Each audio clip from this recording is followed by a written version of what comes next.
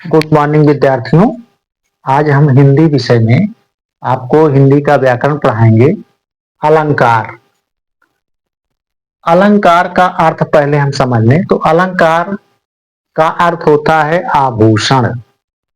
अलंकार शब्द दो शब्दों से मिलकर बना है, अलम और कार।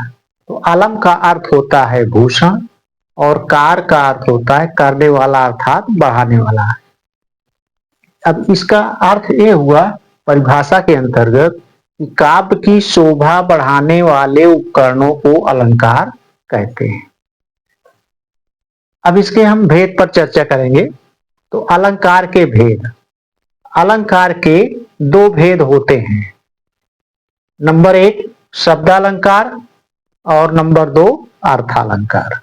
तो शब्दालंकार किसे कहते हैं तो यहाँ परिभाषा दी गई है, जब केवल शब्दों में चमत्कार पाया जाता है तो उसे शब्दालंकार कहते हैं। दूसरा प्रकार है अर्थालंकार। इसकी परिभाषा है, जब अर्थ में चमत्कार पाया जाता है तो उसे अर्थालंकार कहते हैं। इस तरह से इसके दो प्रकार हो गए, शब्दालंकार और अर्थालंकार। अब हम आइए इससे आगे हम चर्चा करेंगे कि शब्दालंकार के भेद कितने होते हैं। तो शब्दालंकार के तीन भेद होते हैं। नंबर एक अनुप्रास अलंकार, नंबर दो यमक अलंकार और नंबर तीन श्लेष अलंकार। तो हम आपको बता रहे थे शब्दालंकार के भेद। तो शब्दालंकार के तीन भेद होते हैं।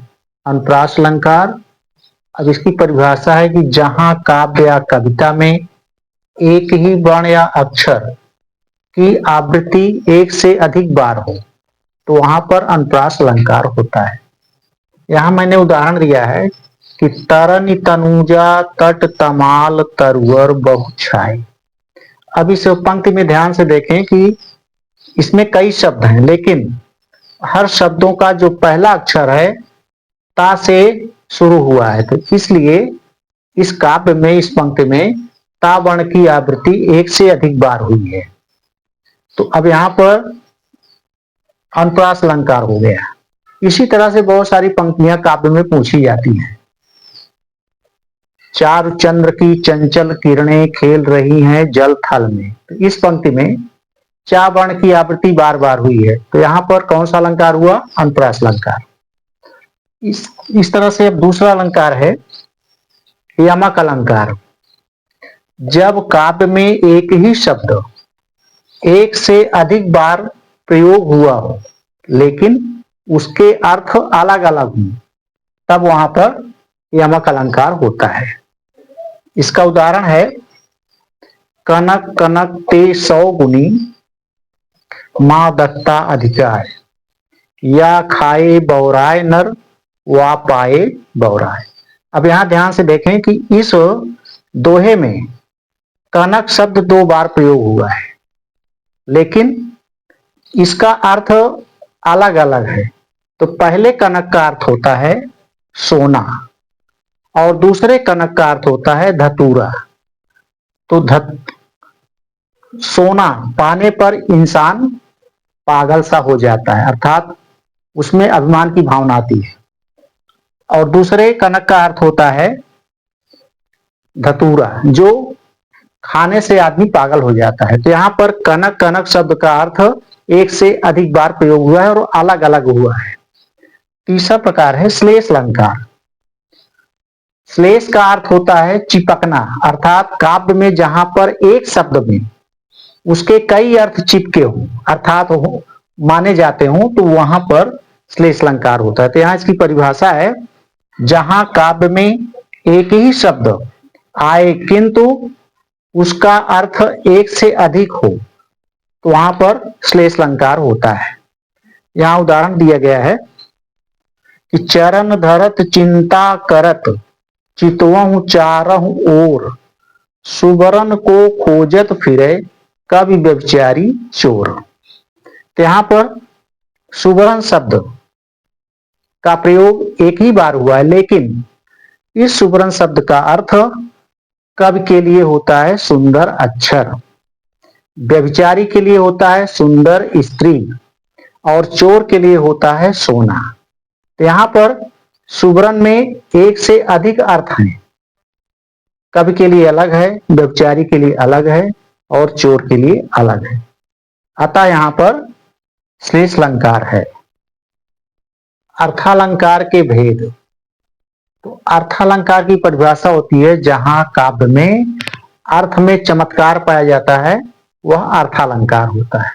अर्थालंकार के भी 3 भेद होते हैं। नंबर 1 उपमा अलंकार, नंबर 2 रूपक अलंकार और नंबर 3 उत्प्रेक्षा अलंकार। तो अब हम इसमें सबसे पहले आपको उपमा अलंकार बताएंगे।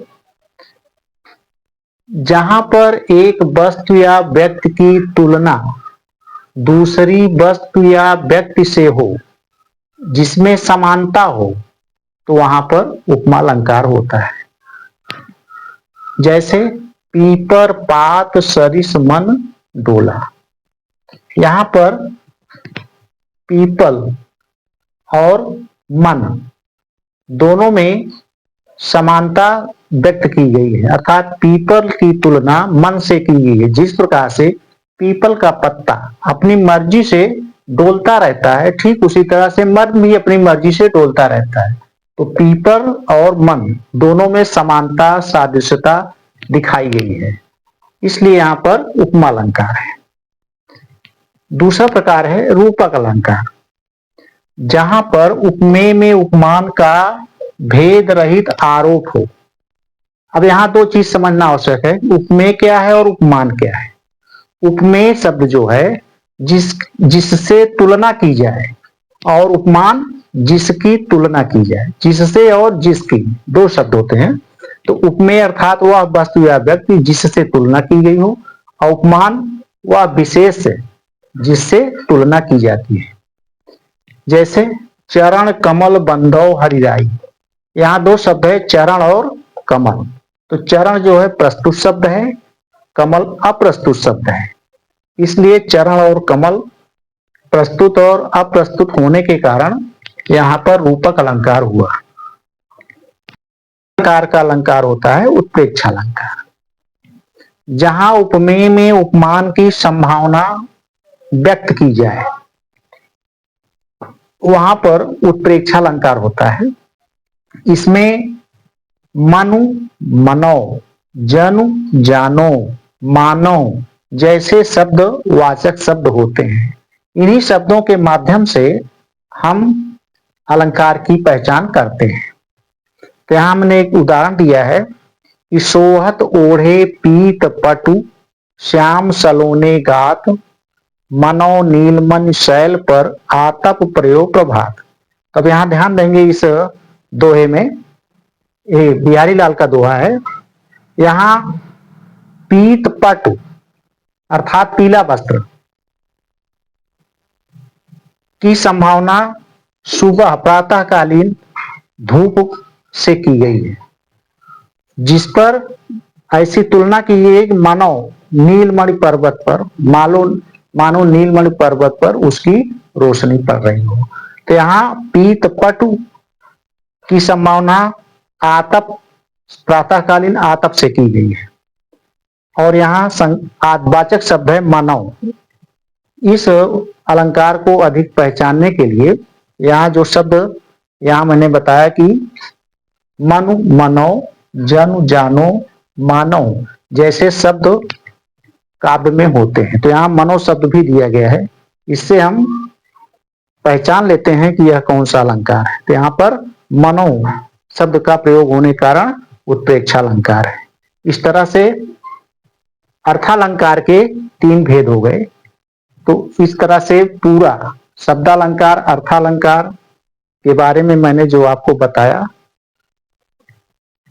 तो आपकी समझ में आ ही गया होगा, या मुझे उम्मीद है। फिर अगले वीडियो में हम अगला व्याकरण बताएंगे।